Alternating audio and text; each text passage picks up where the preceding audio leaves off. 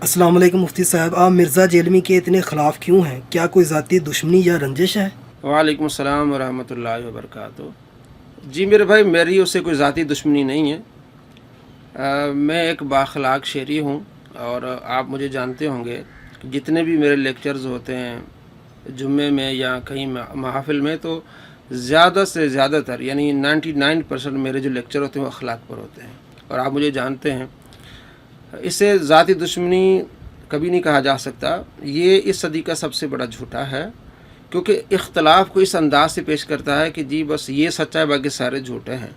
اب میں آپ کو اس کا کلپ سناتا ہوں جس میں وہ کہتا ہے کہ نماز جنازہ میں یہ جو فاتحہ پڑھتے ہیں، یعنی اہل حدیث یہ مرزا اس کا قائل ہے، تو کہتا ہے کہ اب ان حنفیوں کے ساتھ آپ اس بارے میں بحث کریں کہ فاتحہ نہ پڑھنے کے بارے میں ان کے پاس کوئی دلیل نہیں ہے۔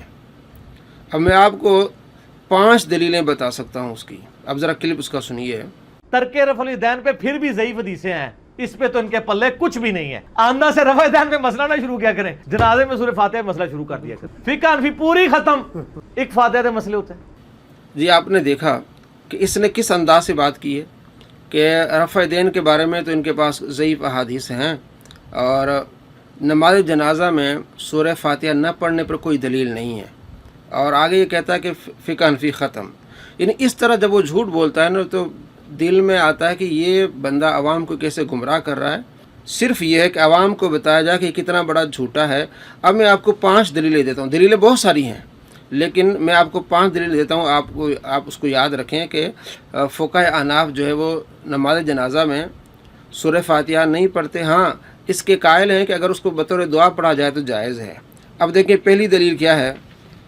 حضرت عبداللہ بن عمر رضی اللہ تعالیٰ عنہما نماز جنازہ میں قرات کرتے ہی نہیں تھے۔ موطا امام مالک میں حدیث ہے 777 نمبر پہ امام مالک روایت کرتے نافع سے، اور نافع کہتے ہیں کہ عبداللہ بن عمر لا یقرؤ فی الصلاۃ الجنازہ، نماز جنازہ میں قرات نہیں کرتے تھے۔ یہ جو کہتے ہیں کہ سورہ فاتحہ کے بغیر نماز نہیں ہوگی، ان سے سوال ہے کہ کیا عبداللہ بن عمر رضی اللہ تعالیٰ عنہما کی نماز ہوئی کہ نہیں ہوئی؟ اور موطا امام مالک میں حدیث ہے 775 نمبر، حضرت ابو ہریرہ رضی اللہ تعالیٰ عنہ نے نماز جنازہ کا طریقہ سکھایا۔ آپ نے فرمایا کہ میں پہلے حمد کرتا ہوں، آپ صلی اللہ تعالیٰ علیہ وآلہ وسلم پر درود پڑھتا ہوں، اور میت کے لیے دعا کرتا ہوں۔ اور مصنف ابن ابی شیبہ میں حدیث ہے 11376، حضرت علی رضی اللہ تعالیٰ عنہ بھی نماز جنازہ کا طریقہ بتاتے ہیں کہ فرماتے ہیں کہ میں حمد کرتا ہوں، آپ صلی اللہ تعالیٰ علیہ وآلہ وسلم پر درود پاک پڑھتا ہوں، اور اس کے بعد میت کے لیے دعا کرتا ہوں۔ اسی طرح 11407 نمبر حدیث سے فضالہ بن عبید صحابی، ان سے پوچھا گیا کہ نماز جنازہ میں قرات کرنی چاہیے کہ نہیں کرنی چاہیے؟ فرماتے ہیں لا، نہیں کرنی چاہیے۔ تو یہ کہتا ہے کہ فاتحہ نہ پڑھنے کی ان کے پاس کوئی دلیل نہیں ہے، آئندہ ان سے اس بارے میں آپ گفتگو کریں۔ اب مرزا کا چیلا کوئی بھی آ جائے بات کرے، 4 تو میں نے دلیلیں دے دی۔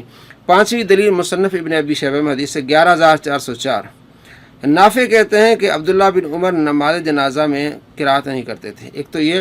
اور مجموع الزوائد میں حدیث ہے کہ عبداللہ بن مسعود رضی اللہ تعالیٰ فرماتے ہیں کہ آپ صلی اللہ تعالیٰ علیہ وآلہ وسلم نے نماز جنازہ میں ہمیں کوئی قرات یا کوئی دعا اپنے مقرر نہیں کی، جب ہم چاہیں جو بھی دعا مانگ سکتے ہیں۔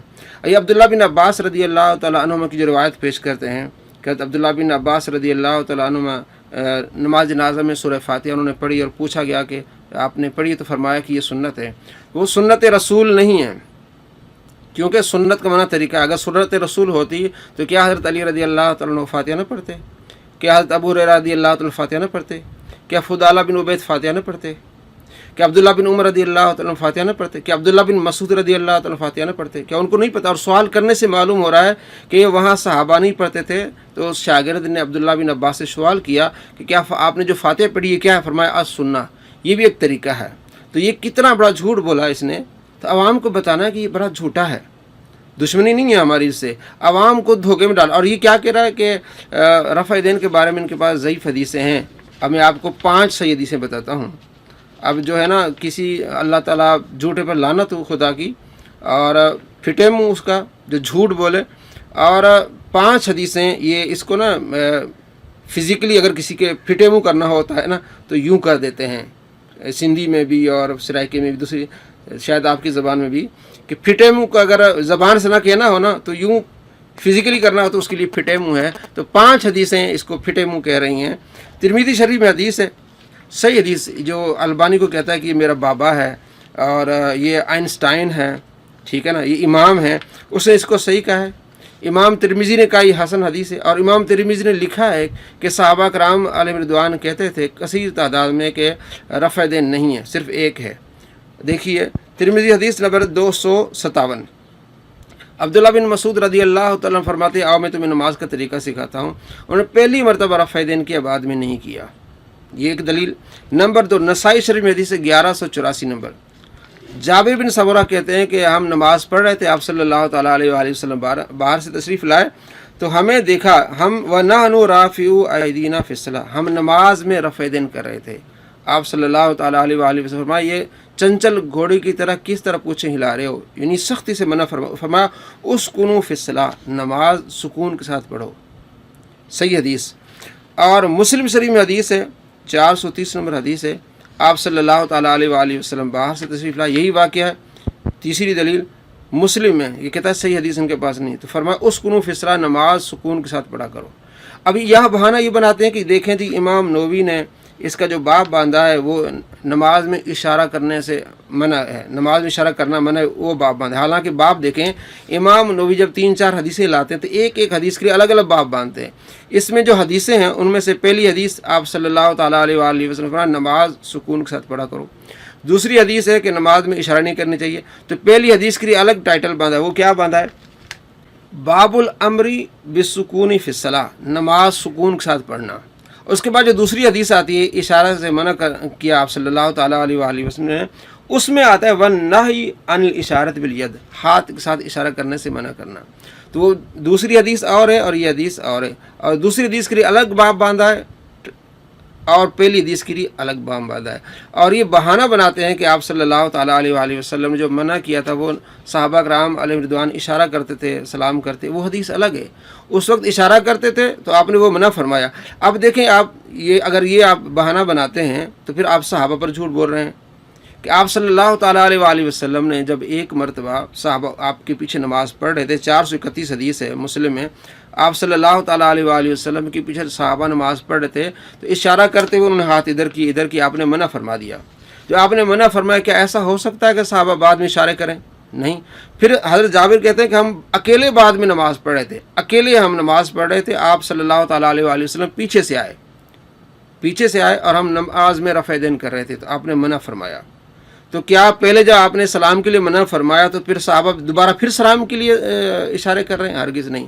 صحابہ نے یہ سمجھا کہ آپ صلی اللہ تعالیٰ علیہ وآلہ وسلم نے صرف سلام کے لیے منع فرمایا، دوسرا رفع دین جائز ہے، تو آپ صلی اللہ تعالیٰ علیہ وآلہ وسلم نے وہ بھی منع فرما دیا. اب تیسری دلیل دیکھیے مسند حمیدی، امام بخاری کے یہ استاد ہیں حمیدی، جو پہلی حدیث امام بخاری نے سے لی ہے وہ صحیح روایت ہے، وہ پیش کرتے ہیں.